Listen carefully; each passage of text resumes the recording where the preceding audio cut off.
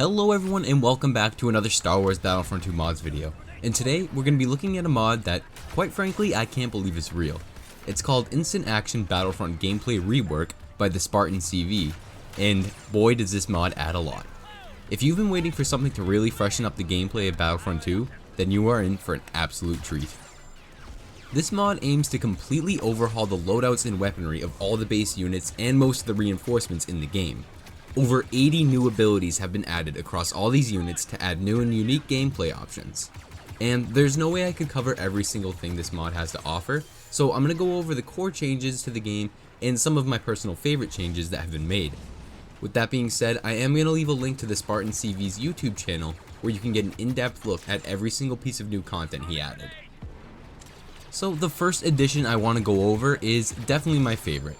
The Assault, Heavy, and Specialist class all now have a sidearm, and this isn't a star card that has to be equipped or replaced by another. The bottom ability slot has been replaced with a faction appropriate sidearm for all of the base units aside from the officer. This ability doesn't have a cooldown and can be switched to at any time, just like a secondary weapon in any other game, and I absolutely love this. I always felt that the loadout and blasters in general have always been held back in EA's Battlefront, forcing you to pick only one blaster out of the plethora of weapons the Star Wars universe has to offer. Having this second weapon just allows for so much more flexibility. It's so satisfying when you're about to kill an enemy with your primary blaster, but then it overheats, so you quickly switch to your blaster pistol to finish them off. This feature is so great it could have been a 10 out of 10 mod on its own. The next major change is that all the default weapons have been overhauled as well.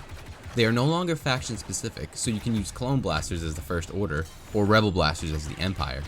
And on top of unlocking these blasters for all the factions to use, each starting weapon for every class has actually been given brand new modification options just like every other weapon in the game. And this is a great way to make even the most boring weapons worth revisiting. Not to mention that a lot of the blaster rifles have been given a weapon mod that makes them fire like the elite rifles you could unlock in the classic Battlefront 2 game, with a burst mode and unique purple blaster bolts, which is a great nod to the classic games. Now, for the rest of the video, I'm going to go through each class and list all of the new content and some of my personal favorite additions. Starting off, we do actually have two brand new boost cards for all of the 4 basic units. One is called the Tough Fighter, which increases damage resistance for every kill you get, and another star card we get with every class is the ability to play some tunes while on the battlefront.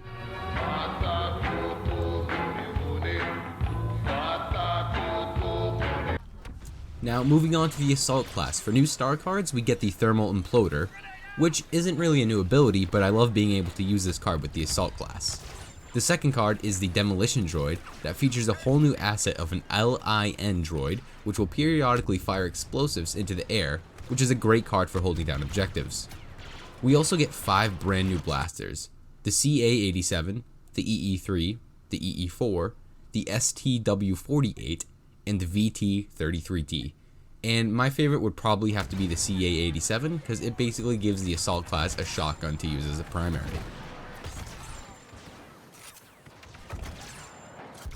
Now onto the Heavy class, we actually have the Rocket Launcher as a new star card, and again, not an original card, but it makes a lot of sense for the Heavy to carry to help them pack a major punch. The Heavy also gets to deploy the Gonk Droid as a brand new droid ability that will increase recharge times of abilities to you and nearby allies, a feature that's definitely inspired by the Gonk Droids from the 2005 Battlefront. And for new Heavy blasters, we now have the DP-23, the E-22, the G-125 projectile launcher, and the T-7 disruptor rifle. The most unique of the bunch definitely has to be the disruptor rifle. I mean, using this thing correctly is deadly to the enemy team. However, my favorite is probably the DP-23. There's just something about shotguns in Battlefront that just really work for me. Third on the list here we have the Officer class, who has 2 new star cards that were actually from Battlefront 2015. The first one being the Stun Grenade, which will electrocute and freeze enemies for a moment, giving you an edge in combat. The second one, and probably my favorite ability added with this mod, is the return of the Medical Droid. The same one from the last game that will shoot out Bacta, healing you and all of your allies. And I'm really surprised we never got any Bacta based abilities for the Officer class, considering they're all about support. And for the Officer, the new blasters we get are the Defending Sporting Pistol, the DL-44, the DT-29, the Relby K-23, and the SE-14C. And my favorite hands down is the DL-44. I just love that we can finally use this blaster as someone other than Han Solo, and it's just as amazing as it was in Battlefront 2015. And last but certainly not least, we have the Specialist class, and I think this is the one that has the most fundamental changes. All of the new additions make the Specialist class much more versatile and efficient up close. The first new star card is the Smoke Grenade, pretty similar to the one Lando carries, and the other card is the Time Bomb, which is basically a nerfed version of Bosk's proximity bombs that will explode after a certain amount of time. And for new blasters, we get the Bowcaster, the Bow Rifle, the Relby V10, the T-21B, the A-180 Sniper Rifle, and the DLT-19D.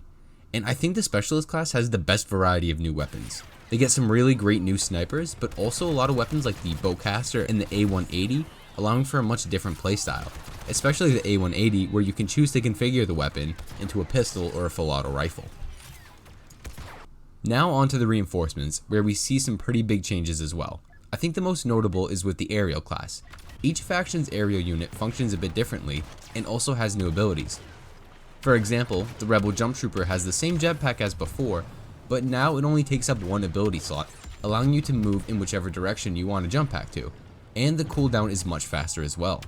They also get a new blaster and the Vanguard ability, where the Imperial Jet Trooper has a much more traditional style jetpack like the one Boba Fett uses, and even has a new flashlight ability that allows you to spot enemies.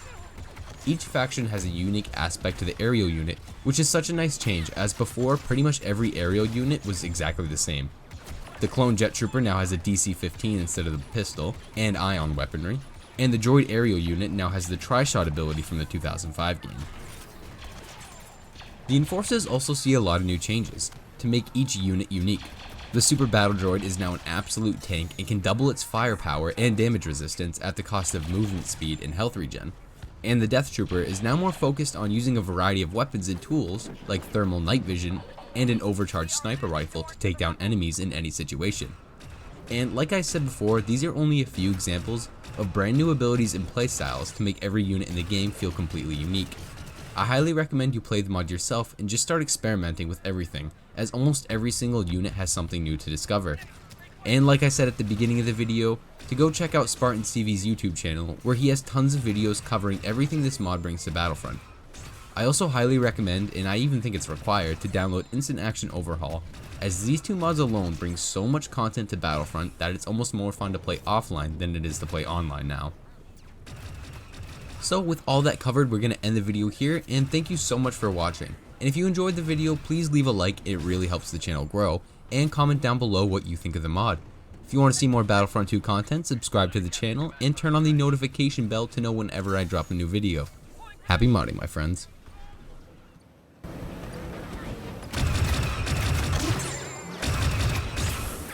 Our forces have secured command post